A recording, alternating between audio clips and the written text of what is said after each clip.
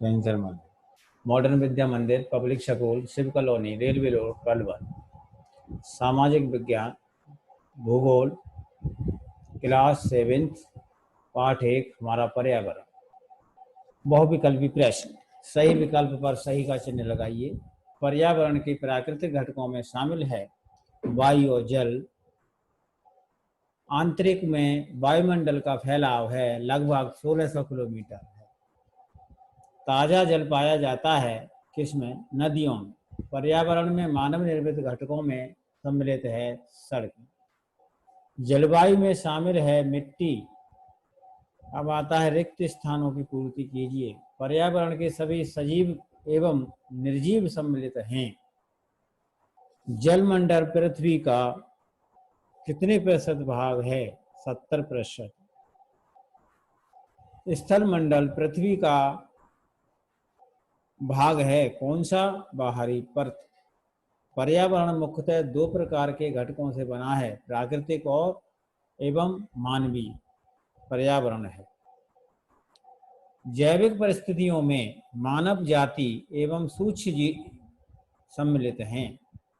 अब आता है सत्य असत्य।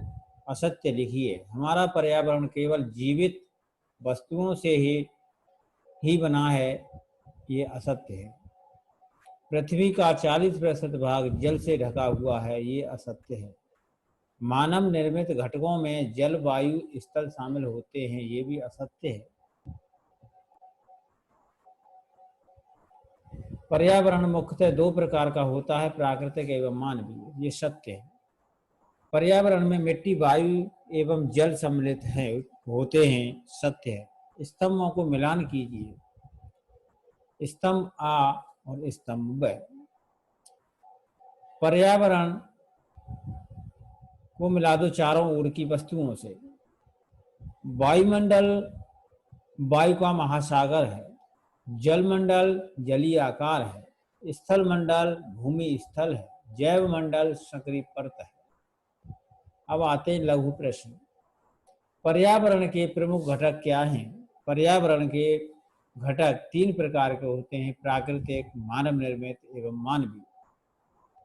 दूसरा प्रश्न है, वायुमंडल को परिभाषित कीजिए। आपके सिर के ऊपर वायु का एक महासागर है जो आंतरिक में लगभग 16 किलोमीटर तक फैला हुआ है। पारिस्थितिकी तंत्र क्या है? एक ऐसा तंत्र जिसका निर्माण पर्यावरण, प्राकृतिक घटकों एवं मानवीय घटकों के आपसी प्रभाव व निर्भरता से होता है।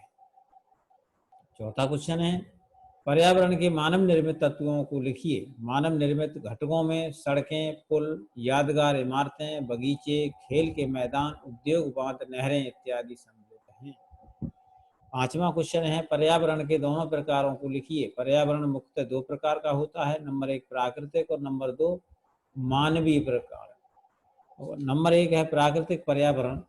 प्राकृतिक पर्यावरण में वे सभी सजीव और निर्जीव वस्तुएं सम्मिलित होती हैं जिनमें कोई शारीरिक संरचना प्रभावित हो सकती है। प्राकृतिक पर्यावरण के अंतर्गत 2 प्रकार की परिस्थितियां पाई जाती हैं, जैविक और अजैविक।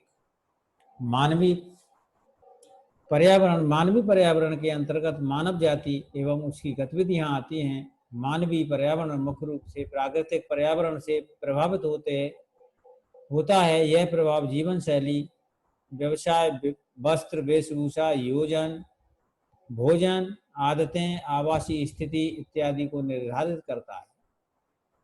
अगला क्वेश्चन है, प्राकृतिक पर्यावरण में कौन सी 2 परिस्थितियां बनी रहती हैं? प्राकृतिक पर्यावरण में 2 प्रकार की परिस्थितियां पाई जाती हैं, जैविक और अजैविक। जैविक परिस्थितियां क्या होती हैं? इनमें पेड़ पौधे, मनुष्य सहित जीव जंतु, सूक्ष्म जीव सम्मिलित होते हैं। सभी जीवों को जीवित रहने हेतु ऊर्जा की आवश्यकता होती है। इस ऊर्जा का प्रयोग अपने मूलभूत कार्यों को करने हेतु करते हैं। अजैविक परिस्थितियां 2 प्रकार की होती हैं, माध्यम पर्यावरण वह माध्यम जिसमें जीव या अवयव रहता है, एवं जलवायु वह जो उसके चारों ओर से घेरे रखती है। जलवायु पर्यावरण में मिट्टी, जल एवं वायु सम्मिलित होते हैं। जलवायु में रोशनी, तापमान, वर्षा, आर्द्रता, पवनें इत्यादि शामिल हैं। अब आते हैं दीर्घ उत्तरीय प्रश्न।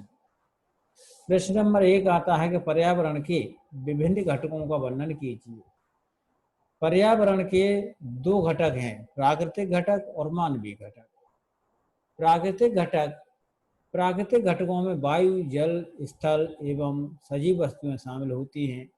वायु से वायुमंडल का निर्माण होता है, जल से जलमंडल का निर्माण होता है एवं सजीव वस्तुएं जैव मंडल का निर्माण करती हैं। प्रत्येक वायुमंडल का संक्षिप्त विवरण नीचे दिया जा रहा है। वायुमंडल, आपके सिर के ऊपर वायु का एक महासागर है जो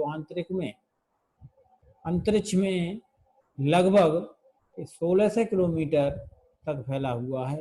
इसी वायु के महासागर को वायुमंडल कहते हैं। वह जलमंडल का लगभग 70% भाग जल से ढका हुआ है। इस ग्रह के जलीय भाग को जलमंडल कहते हैं। स्थलमंडल, पृथ्वी की वह बाहरी परत जो सेल पदार्थों को निर्मित करती है, वह स्थलमंडल कहलाती है। जैवमंडल एक आत्मनिर्भर परिमंडल जिसमें पेड़ पौधे, जीव जंतु आदि हैं। मानवीय घटक, मानवीय पर्यावरण के अंतर्गत मानव जाति एवं उसकी गतिविधियां आती हैं। मानवीय पर्यावरण मुख्य रूप से प्राकृतिक पर्यावरण से प्रभावित होता है। यह प्रभाव जीवन शैली, व्यवसाय, वस्त्र, भोजन, आवासीय स्थिति इत्यादि को निर्धारित करता है। अब प्रश्न नंबर 2 आता है कि प्राकृतिक पर्यावरण को जैविक परिस्थितियों का वर्णन कीजिए। जैविक परिस्थितियां, इनमें पेड़ पौधे, मनुष्य सहित जीव जंतु एवं सूक्ष्म जीव सम्मिलित होते हैं। सभी सजीवों को जीवित रहने हेतु ऊर्जा की आवश्यकता होती है। इस ऊर्जा का ये प्रयोग अपने मूलभूत कार्यों को करने हेतु करते हैं। यह ऊर्जा उनको भोजन से प्राप्त होती है जो वे खाते हैं। भोजन बनाने के लिए पौधों को जिस कार्बन डाइऑक्साइड की आवश्यकता पड़ती है वह अधिक उन्हें सजीवों से प्राप्त होती है। इस प्रकार पौधे भी सजीवों पर निर्भर करते हैं। नंबर 3, निम्नलिखित पर टिप्पणी लिखिए। वायुमंडल, आपके सिर के ऊपर वायु का एक महासागर है जो अंतरिक्ष में लगभग 1600 किलोमीटर तक फैला है। इसी वायु के महासागर को वायुमंडल कहते हैं।